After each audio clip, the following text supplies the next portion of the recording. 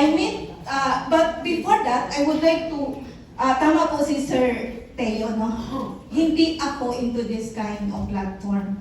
I'm into this traditional business.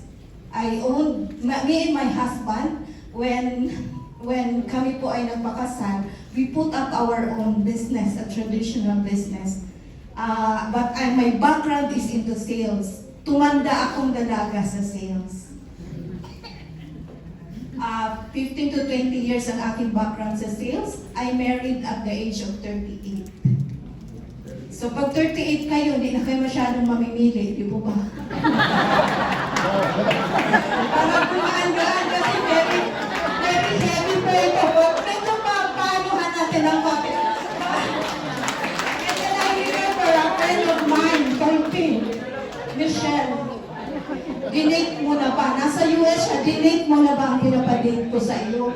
Sabi ko, hindi pa, sobrang busy ako. So, pasensya ka na, marami akong obligation. I am a certified workaholic. Sabi niya, huwag ka masyadong pumili, hindi ka masyadong kagandahan. So, I met my husband. Ngayon, na ex-boyfriend ko, hindi naman po talaga ako pumili masyado kasi UP Diliman naman siya and God-fearing. So, palagpakan natin ang husband. Di ba, masyado kang workaholic, napabayaan natin ang health. Ito po ang mabigat, no? I met three-way, dapat magmamadre talaga ako. Totoo. Para ma-release ko lang po ang nervyos ko. Kasi napakabigat ng trauma and depression ko. That's why I greeted you all good morning. Because for me, morning means hope and new beginning. I was very depressed. I was very traumatized. And I am very, very, very hopeless. 4 years ago. So, nung ako po ay nag-asawa, naging sobrang workaholic again. Because my younger years, lagi lang po akong nagtatrabaho. My younger years focus on money. Really? Yes. Nung nag-asawa ako, nagkasakit ang mother-in-law ko after 3 years. Kinasal ako ng 2015. Kasi syempre, again, matandang dalaga ka na, hindi ka naman makamadre. Kasi sabi sa akin ng aking friend na gay, huwag ka magmadre. Magkakasala lang sila dahil sa'yo. At bawal ang maarte sa kumbento. Pumasok po talaga ako. Kidding aside, 3 days akong search in. I went to Holy Family Academy and then college Holy Angel University. So, may halo ba kayo makikita? O unclear? So, may pinapalaga. My mother-in-law was diagnosed stage 4 colorectal cancer. Lumakas po siya sa 4th year. Ang problema namin, nag-change sila ng, Sir, nag-change po kayo noon ng from 5th edition to 6th edition. Medyo naputol ang therapy, ma'am. Nung naputol yung therapy, hirap na kaming habulin nung dumating ang 6th edition. So I advise to those chronic diseases, no? Don't make putol your therapy. Mahirap habulin. Nung nag-deteriorate ang health ni Mommy, that was the very, very sad moment of our lives. That's why my motto now is,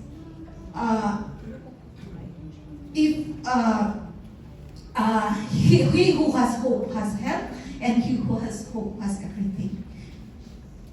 It means if you have health, you have everything. Ilang hospital kami palipat-lipat. Nangungontrato ako, kami mag-asawa, palipat-lipat din ang hospital. Dumating sa point na Quezon City, one confinement, 300,000. Pumunta kami ng Subic, pumunta kami back to Antipolo, and then back to another Quezon City hospital. I slept in the floor. And then I was very, very traumatized. That's why I don't want to share. Because for me, sana yung health and family issues is private. That's why pagpasensyahan mo na po when I'm very, very sentimental to present. I remember when Sir Teo asked me always to do OPP, I always cry. Because every now and then, kailangan kong tatagan ang dibdib ko to my trauma. So, after si Mommy namatay, after 1.5 year, but good thing po, no? Once ang cancer ay late stage, may excruciating pain po yan. Di po ba? Mommy, wala po siyang gano'n. She just slept and sleep. But ang problem namin, 3 to 4 properties na ibenta po lahat.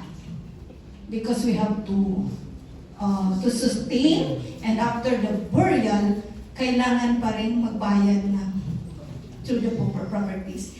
And one of my trauma na hindi ko talaga makakaroon, that's why health is very important. I have this trauma. Alam niya ng husband ko, pag nagdadrive ako, ayaw kong makakita ng ambulance, ayaw ko ng hospital, at ayaw ko ng cemetery. Nung namatay si Mami, kailangan namin mag-tripping kung saan si Mami ililibing. By the way, I'm doing this business because in honor to my parents. Because my mother-in-law requested me to help my husband to do this advocacy.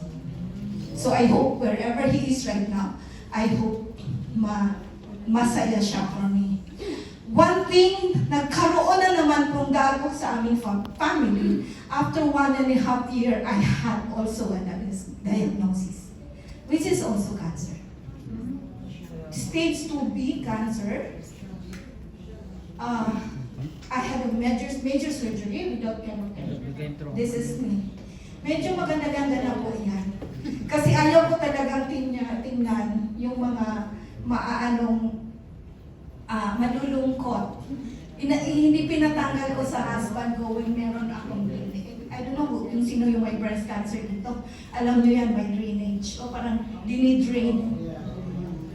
So, I underwent major surgery 2020, Sir Teo, before Chinese New Year. So, after Chinese New Year, discharge po ako ng aking doctor kasi baka daw ako ma-infect lang sa hospital because meron na rin pong rumors noon na magkaroon ng COVID. So, I am immunocompromised. Wala na akong career. Then I was very hopeless. Nandoon na lang ako sa isang room namin, nagpipray for miracle. But God is good. Nagkaroon ako ng time na mag-contemplate. Ano ba yung kasalanan ko? Bakit ako nagkaganito? So, since then, hindi pa rin ako uminom ng portier. Tanungin niyo ako bakit? Kasi po, sabi ko sa asawa ko, aside sa makapamahal ang portier, baka ako'y tubuan ng unclear.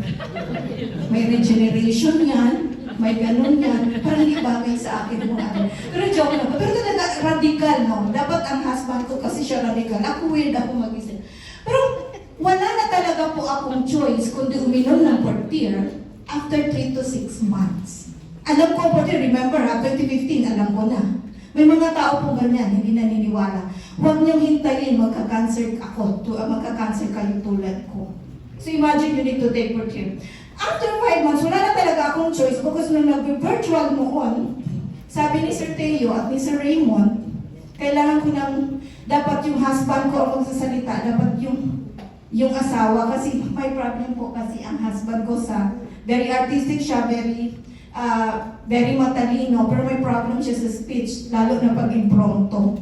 So, kailangan ako ang mag-speak. Wala akong choice kundi i-take ang Portier. Pandemic, wala na rin ako Ma'am G ng karir. Nag-iinarte pa ba ako? So, inumin ko na ng Portier. I don't have any choice because I am immunocompromised. I cannot even go out.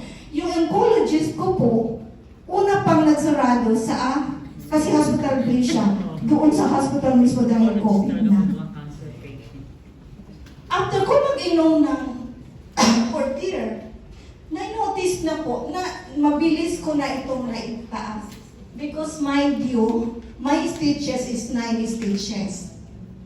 So 6 months, hindi ko pa po siya naitataas. Pag-inom ko ng Portier, 2 to 3 days lang, naitaas ko na. Kasi nag-exercise si husband kami. Aray.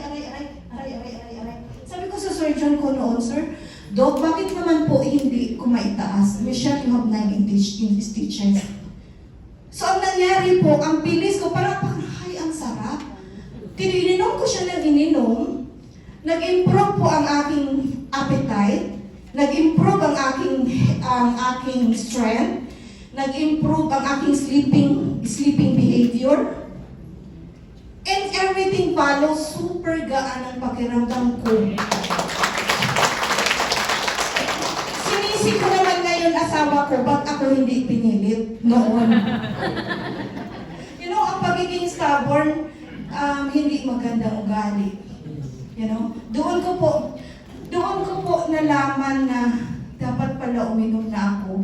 Kasi naririnig ko naman po dati dito, even yung may mga pumuputok na, mga late stage na, hindi na nakaka-recover sila at hindi na sila nasa-surgery.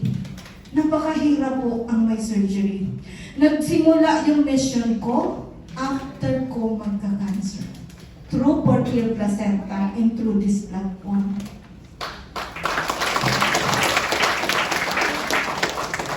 Alam niyo po, nung nasa Bicol ako, siyempre wala na po, pandemic po pa. Nagduyan-duyan ako sa probinsya. Hamok-hamok. Hamok-hamok, nagduyan-duyan ako. Sabi ng holistic doctor ko, since wala naman doon, wala naman tayong doctor noon, pumunta ka sa highly oxygenated environment, maglanghap ka, kumain ka ng organic, of course, prayer, no, Portier, or lang. Doon ko ni-realize na nag-pray pala ako ng second chance to be a better person. Doon ko po sinimulan ito. Pero sa Bicol, medyo nahirapan ako mag-advocate kasi magbibenta pa raw po sila ng kalabaw bago sila bumili ng isang bote ng Portier. No? And then, sabi ng husband ko, I would like to really thank my husband, especially si Sir Teo and si Sir Raymond, for really pushing me. No? Nung after ko gumaling, kasi ngayon, blood test ko, everything is okay. Pwede pa nga daw po ako mag-donate ng dugo. Parang hindi ako pa-surgery. So, lab tests are okay. So, nag-start kami, then after namin mag-asawa, bumalik, kasi sabi niya, hindi pa naman tayo retiring, natulungan ka ni Portier, do the mission, and then nag-start po kami sa Valenzuela. And I would like to thank, and I am very privileged to have the Valenzuela. Ang sarap ng feeling ng nagpo-Portier. Yung ang gaan-gaan ng pakiramdam mo. Tsaka yung feeling kung parang lahat ng stitches ko natuyo in 1 week time. Kaya sobra namin, alam mo po, sa sobrang pagpupush namin to do the mission. Kasi ayaw ko nang may magkasakit tulad ko. Sa mga babae po, lagi ko pong sinasabi kapa pag may time. Kasi sa akin po, Ma'am Gina, wala po siyang pain. May bukol lang talaga ako. And sabi ng oncologist ko, kailangan mong magpa-chemotherapy dahil malaki ang bukol mo. Ang maganda lang po, God still good, hindi siya yung aggressive type. So sinabayan ko ng prayer, Portier, and proper diet. So after po nun, yun ang naginawa kong mission. Alam mo, napakasarap po. Kasi ayaw ko sa babaeng may ma-opera. Because naalisan po ako ng breast, pati 9 nodes.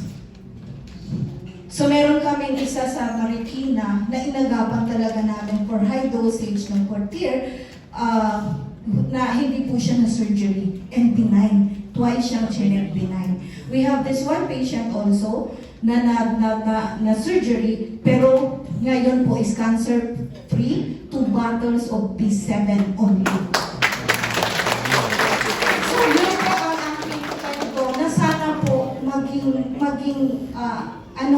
tulad ko, wag nyo nang layahin na nagpo-postpone pa. You need to take Portier as early as, kasi nga everything happens for a reason, nandito kayo, and take Portier.